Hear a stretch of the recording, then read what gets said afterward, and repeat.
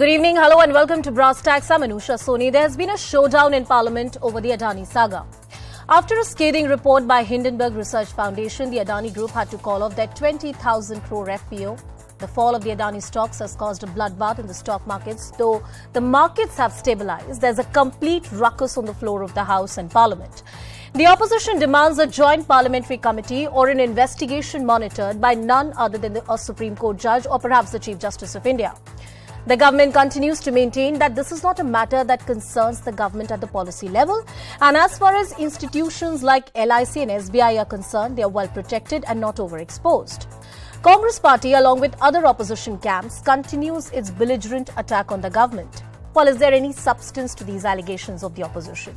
Will the opposition be able to mobilize this issue with the electorate, or there shall be another dampener that fails to resonate with people? More importantly, other than mere hearsay and political statements, is there even prima facie evidence to allege any kind of irregularity? We discuss on Brass Tacks tonight all these issues. First up, a special report.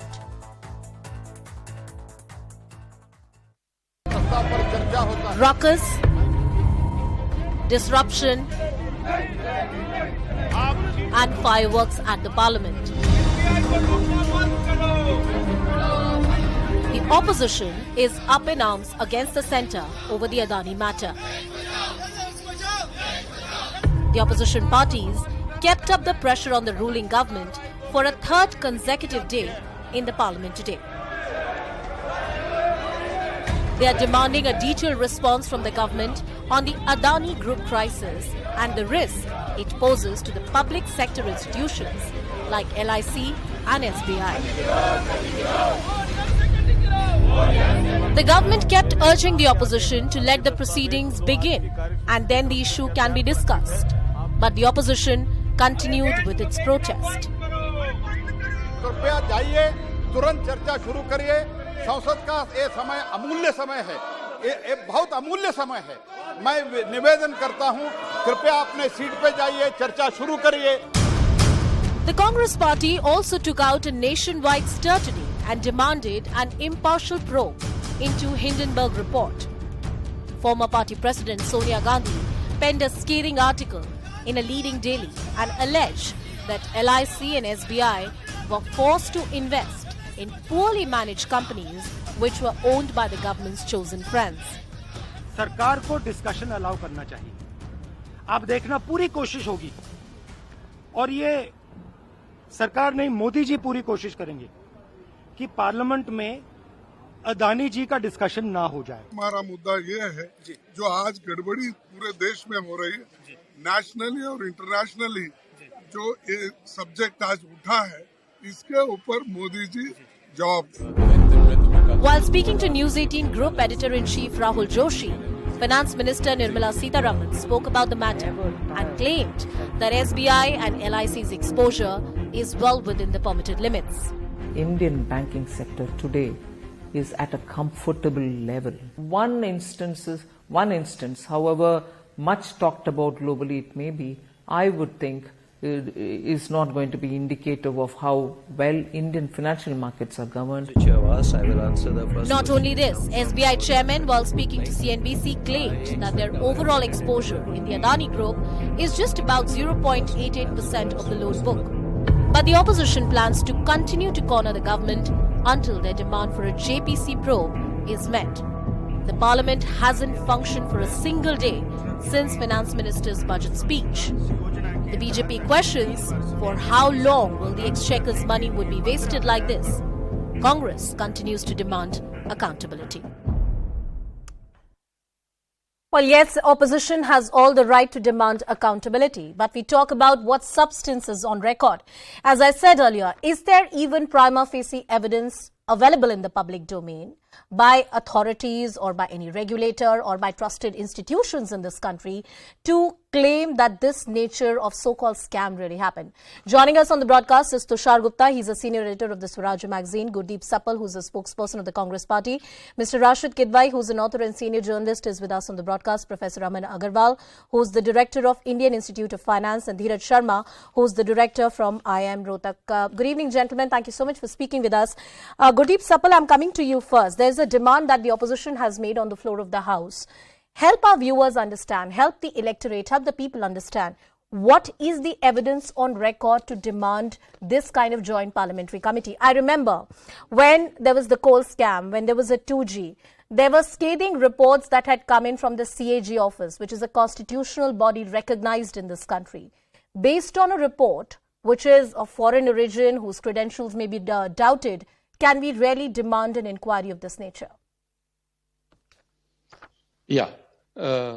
I'll begin by saying that, okay, let us assume that Hindenburg is a company which thrives, which profits from short selling, and its credibility is under some suspicion. I give some credit to that. Okay. But let us also realize that Forbes, the New York Times, and today Wall Street Journal, they are not the fake news agencies.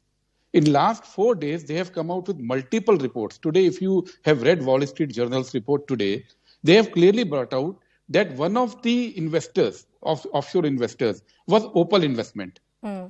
Adani Group clearly gave a statement that they have no investment in Opal Investments.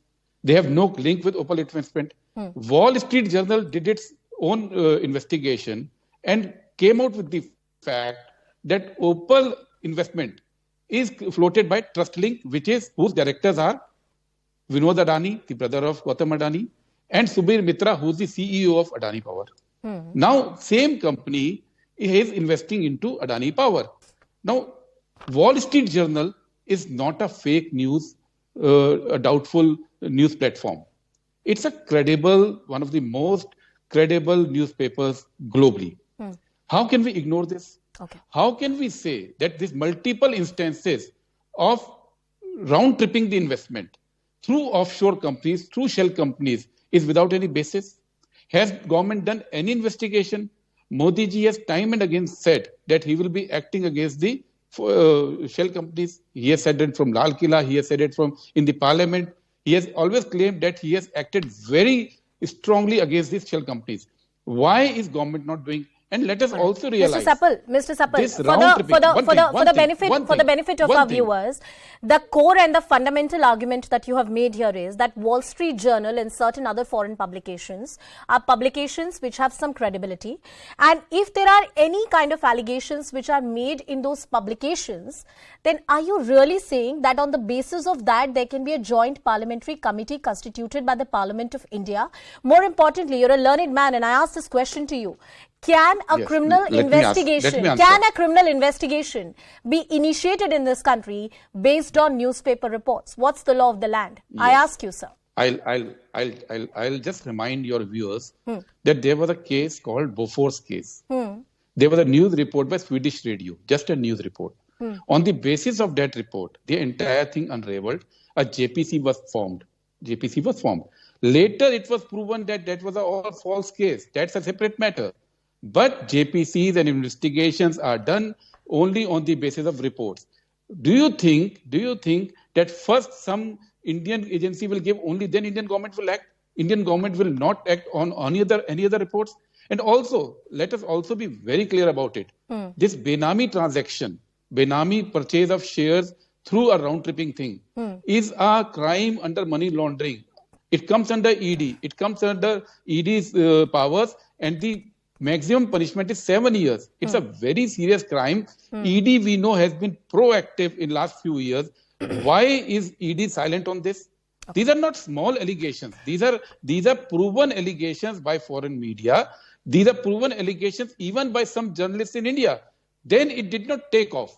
Now it has taken off. Sir, I am reminded of two controversies in the recent past. Tushar Gupta, coming to you. Pegasus and Rafale, these were two issues that were spoken much about by the opposition parties. Pegasus, in fact, even went to the Supreme Court. Rafale went to the Supreme Court. There was also a special committee that was constituted on the Pegasus matter, and nothing much really came out of it. It was a dampener. Rafale, once again, was an issue that was evoked by the opposition parties, and once again, it failed to find any kind of ground with the electorate of the country. Is this yet another issue of the same nature? Because the argument of the Congress and the opposition parties is that, look, just because the Indian agencies don't have any kind of evidence, that doesn't mean you're going to ignore any kind of credible report that comes in the foreign media. You should pay heed to it, and the demand of a joint parliamentary committee is well within the convention. Tushar. Anusha, but the problem is when we say credible report, the question mark about credible is quite big. Let's talk about 5 major issues, what the opposition is raising. They say the retail investor money is lost. But of the all Adani holdings, retail investor money is less than 1%. And who are in the stock market are willing to take that risk. They say that public money through LIC and SBI is being lost. LIC has already come out with a statement saying their exposure is less than 1%. Then there is also the question of PSB money that the public sector banks will sink. That is what the opposition was saying to all the media channels during their protest today. The long-term debt profile of Adani Enterprises has come down since 2016 so much that today of all the outstanding debt in terms of long-term, only 25% of it is owed to the public sector banks. Number 4, Anusha, it's not uncommon for companies to lose 60% of their market cap. You look back at the last year and a half, all big tech companies have lost. But has the Congress in the United States my argument here is hold on. that Adani Group may be doing very well or they may not be doing very well. That's one part of the debate. But to link that alleged irregularity or some kind of problem that has happened financially within the group to the government is a second argument altogether. What you're basically arguing is that the stocks have fallen. Adani Group, the manner in which it's involved in with the government, that's how they've raised money. And this is public money which has been put at stake. I think that's a very serious charge to make, and there should be some evidence to corroborate that. I'm not making that charge. I'm saying that the opposition is making that charge and they are wrong. They are saying LIC's money is sinking, but LIC itself is saying that our investment in Adani is less than 1%, and even that is safe. The opposition is saying that public sector banks are losing money, but the exposure of the public sector banks to Adani Enterprises is also low. The charges are being made by the opposition. They do not have any evidence. And all they're latching onto is a report by self-proclaimed proud short sellers whose job is to create hysteria in the market and make money. For the opposition, these short sellers, professional short sellers, are more integral than the Indian agencies. That's my problem. And another thing, Anusha, let's say today we have a joint parliamentary committee because Adani's share price has fallen. Tomorrow, of the dozen or big companies listed on the Bombay Stock Exchange, every time a share price crash happens, will we call for a JPC? Isn't this government interference in private businesses? And most important question, the opposition is making this charge that retail investor money is being lost. The retail investor share in Adani Holdings is less than 1%. Most of it is owned by Adani himself, then the foreign institutional investors, then the public sector bonds. So at the end, if anyone is losing money, it's Adani, not the public. So one doesn't understand why opposition is making these shallow charges which have no base altogether. No, that's and I agree with you that Mr. Sapal, a quick response from you, then I'll go to the other guest. Yes, please go ahead. Yeah, I carefully heard what Mr. Tushar said. He did not comment at all on the shell companies, offshore companies from where round tripping is happening. He's relying his argument on LIC issue. Let me share with your viewers. 5 years back, there was a pension fund of UP Power Corporation Limited, UPPCL. It was invested in DHFL. DHFL was a sinking company that time.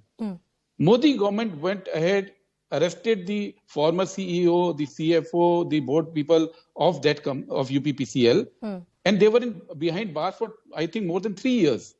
And the allegation was the public fund was invested in a scam-ridden company. Now, why doesn't the same argument apply to LIC, which reinvested last week after this scam was opened up? You can't have two arguments. Number two, he is not at all commenting on the shell companies. Fine. I'll ask 3 more questions.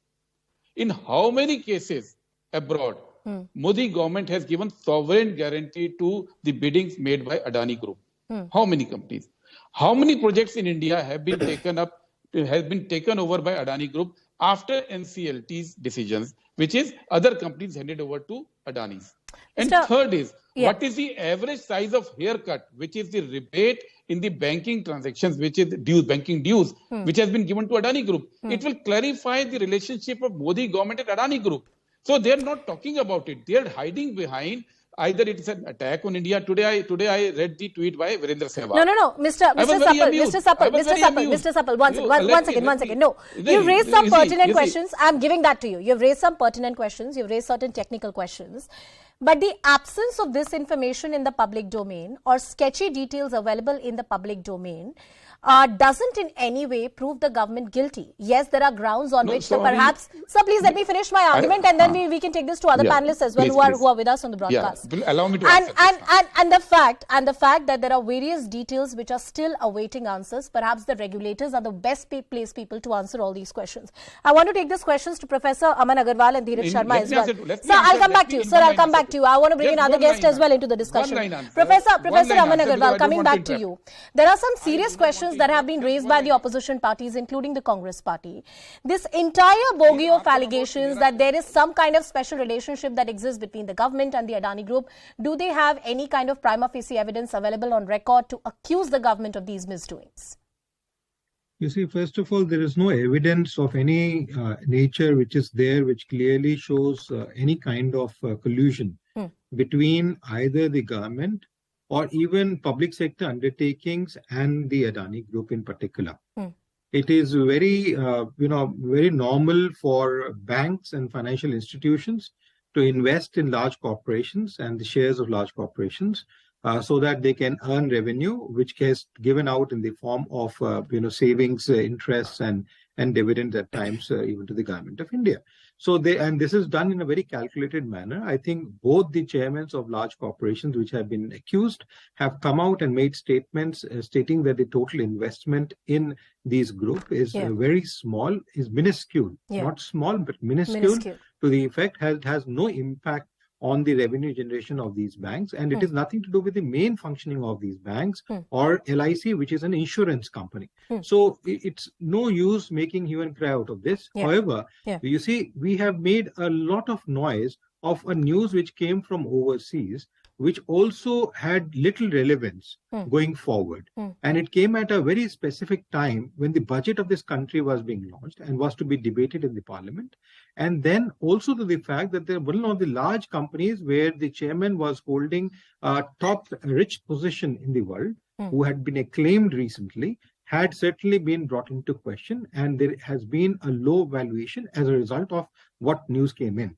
I think the regulators, which are primarily the SEBI, the BSC and the NSC, are already doing their due diligence in terms of trying to investigate if something is there. Any such kind of a noise which comes in from any part of the world is certainly bound to be investigated and is done by these watchdogs, as we call them, from time to time.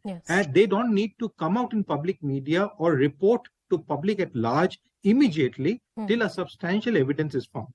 Thirdly, which I'll just like to say a few seconds more, is that, the stock markets, the stock exchanges like the BSC and the NSC have computer-based systems where if there is an excessive taking which takes place above a certain zone up or down, the stock is automatically put on hold and investigations are made by the exchange to these companies wherever the stock has happened or those brokers who have done those kind of trades. We do not see any of such nature of impact which has been felt. So to even claim the counter evidence which the Adani Group has put and the PIL which the advocate M.L. Sharma ji has raised, which is on 400 BC, that is 420, and not specifically which mentions about short selling, is not a clear evidence as of today in terms of any kind of an impact which is there. So we are actually reading too much between the lines and trying to cook up stories which are actually making more harm to both this country and the corporate India of this country. Well, Mr. Agarwal, I agree with you that the regulators here in this case, if at all there is a misdoing, need to do their job. And I think the fate of that PIL is very well known, considering the fact that it has been filed by somebody who is known to file such PILs in the Supreme Court. So I don't see much really happening on that front. Let's see what the Supreme Court says out there. Mr. Dheeraj Sharma, coming to you and taking in a word from you. The regulatory framework of this country is sound enough to deal with situations like these. And the finance minister went ahead and made a very strong statement, a reassuring statement, that LIC and SBI have minimal exposure to Adani Group. The finance minister also said that she is aware via statements that have been made in the public domain by the LIC that even right now at this point in time when the shares have plummeted, the company is sitting on a profit. That's a note of reassurance coming in from the finance minister. But is our regulatory system well equipped to deal with such serious charges that have come in maybe from a foreign publication and the opposition is demanding accountability? Well, I again go back to the same argument which was made earlier. I think the very foundation, there is a conflict of interest. You see, Hindenburg itself is a short seller. And, it is in their interest to do research of this manner. So there is an obvious conflict of interest between their interests and what are the outcomes which are happening right now. Second, I think, SEBI has already put Adani's various, I think 2 or 3 company stocks on immediate surveillance, and they're monitoring these activities. Let us have faith in the outcomes of what SEBI tells us a few weeks down the line. Yeah. I believe we must also have faith in our banking institutions, which would be able to tell us in terms of solvency. I really encourage via your channel that there are numerous financial institutions, including the IIMs. We are undertaking an examination in our institution of the Hindenburg report to examine, do those really insinuations really merit any further look? Yeah. But on the face of it, it is quite obvious that this makes me recall of what George Soros had done to the Thai economy way back in 1995, 96, 97, with the agenda of thwarting the Thai economy. The quantum funding company of George Soros at that point in time short sold and created a ruckus in the Thai economy, and the Thai economy suffered for the next 4 or 5 years. Okay. I think I suspect similar thing. Indian economy is buoyant. We are growing at about 6-7%. It is a challenge for the world to come up with the other economies which could be at 6 or 7%. Okay. And therefore, Okay. I think some of these short sellers and some of these agencies are hell bent on creating disturbance in otherwise growth of our economic situation. And growing I at take 6, that 7% argument. I a see year. that Tushar and Mr. Sapal have a point to make. But before that, I want to go to Mr. Rashid Kidwai. He's been patiently listening to all the arguments. Mr. Kidwai, I want to understand this from you. The technicalities of the matter, the manner in which the regulatory bodies are going to look at this matter, all of that is something that we'll know in the days to come, and whether the opposition is able to, sustain the momentum around this entire issue.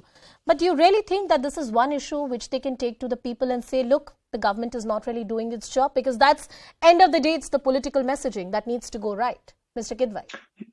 Yes, Anusha. So, on the face of it, it appears prima facie the dal mein kuch kala hai. And that's how it happened. Having covered politics for years, I can tell you anytime there is a kind of whiff of a scandal or so, there is first line of, defense or attack, whichever way you look at it, come from that, we shoot the messenger and we say that there is a conspiracy. I've seen it, from historical documents when the Mundra case came up first time in Jawaharlal Nehru cabinet, when the finance minister of the country had to resign. That was the first, major financial scandal throughout Bofors, throughout, bank securities scam. There is always the thing that, this is media, this is not credible. I don't know why, when the government is in a role of an umpire, is detached from, particular business houses or corporates, why can't it order, impartial inquiry on its own? If there is a suspicion, if there is a cloud, if there is needed of suspicion, why are we saying that, no, nothing is wrong, our financial institutions are doing? And this thing that LIC has, such percentage, you look at volume, and volume makes a lot of difference. So if we are talking about, so you are of the view, sir. You're of the view that volumes aside, or the quantum aside, if there is an allegation, there should be an investigation by an independent agency or a regulator, and the government should not be shy of it. Tushar, you have a point to make. Please go ahead. Anusha, you've been raising the question of foreign publications during this show, and there's one important point I want to make. Yeah. Just today, Bloomberg ran an article where they said that the Adani crisis is worse than the Evergrande crisis, that the real estate developer in China. The problem is Bloomberg won't tell its readers, or it won't tell the Indian viewers, that Evergrande was defaulting on its debt in 2021. But the banks in India have clearly said that we do not have a debt problem with Adani. We do not see a short-term liquidity problem with Adani. And Adani Enterprises today has prepaid loans worth $1.1 billion. So there is some hysteria which is being peddled by the Western agents. Again, we're not sentimental about the company. Exactly. We don't care what Adani does or does not. Yes. But some things are quite obvious. Yeah. Some things are quite obvious. How can you even compare a 300 billion worth real estate developer which was defaulting on its bond payments for the last 2 years, which had to be rescued by the Beijing government, to Adani Enterprises, which is saying we do not have a liquidity problem, our assets look strong, we do not have a bond payment problem. So the attack is quite obvious here. Mr. Sapal, I'm coming to you. Let's for a second, for the sake of the argument, believe that the demand for, a joint parliamentary investigation, and the opposition objectively believes in the right spirit, in an earnest spirit, that there should be an inquiry into the matter. The government is saying, look, we've got nothing to do with it. This is a private company which is involved in some kind of problem. They'll deal with it. Our interests are secure and we don't think it's a matter worth discussion. That being the standoff between the opposition and the government, there are precious minutes of legislative time which is being lost and is being lost consistently. I'm not blaming either the government or the opposition for it, but the kind of ruckus that we have seen on the floor of the House, that must stop. There should be legislative business that should be resumed. And more importantly, if the opposition thinks that there should be some kind of regulatory inquiry or some action here in India, are you going to move a complaint before a competent court or before a competent authority? Mr. Sapal. Well, I'll answer to three parts. Sure. Number one, the parliament is meant to deliberate on issues of public importance. Are we saying that this issue is not of public importance? Are we saying it? If the argument is that this is too trivial a matter, then it's a different matter. But certainly, in a case where almost 10 lakh crore rupees have been wiped off, where there are allegations of shell companies, where there are allegations of round tripping, this is a serious matter, and Parliament must discuss it. Number two, all wise men here have not answered a simple question. Adani Power, in its latest report, quarterly report, said that it has no relationship with Opal investment. Wall Street Journal proves today that it has a relationship. Now, either this is true or false. If they say it is false, on what basis are these wise men saying it is false? And if it is true, why shouldn't ED inquire into it? ED is meant to inquire into these cases, not just political cases. That is our point. Now, issue is, will this government rise up to occasion only if the opposition party goes to a police thana and files a FIR, or does the government have some responsibility, some constitutional mandate to inquire into any such issue, be it private or public, and find out what the truth is? Are we saying that this government can get away by saying it's a private company? No, I don't think whether it's the UPA or the NDA, any government can get away. No, I'm not talking of UPA and NDA. If the question is about public money. So just a brief reminder into the history. You would know that when there were serious questions in 2G and coal scam that were raised, it was none other than the Supreme Court of India that had to step in. The CBI and the manner in which state agencies were functioning was under the radar of the Supreme Court. I don't want to go back into all of that, but what I'm trying to say is that if the opposition is very sincere in the allegations that they are making, knock on the doors of constitutional institutions in this country, and any kind of foreign publication cannot be the judge, jury and executioner when it comes to the national interests. I agree. We are not saying foreign publication should be the judge, jury and executioner. I am saying the government should be judge and government should be jury. That simple thing. How can we miss out this simple point that it is the constitutional mandate of the government to look into the charges and tell the people of India whether the charges are right or wrong? How can a government say, no, everything is false? And how can they hide behind this nationalism plank?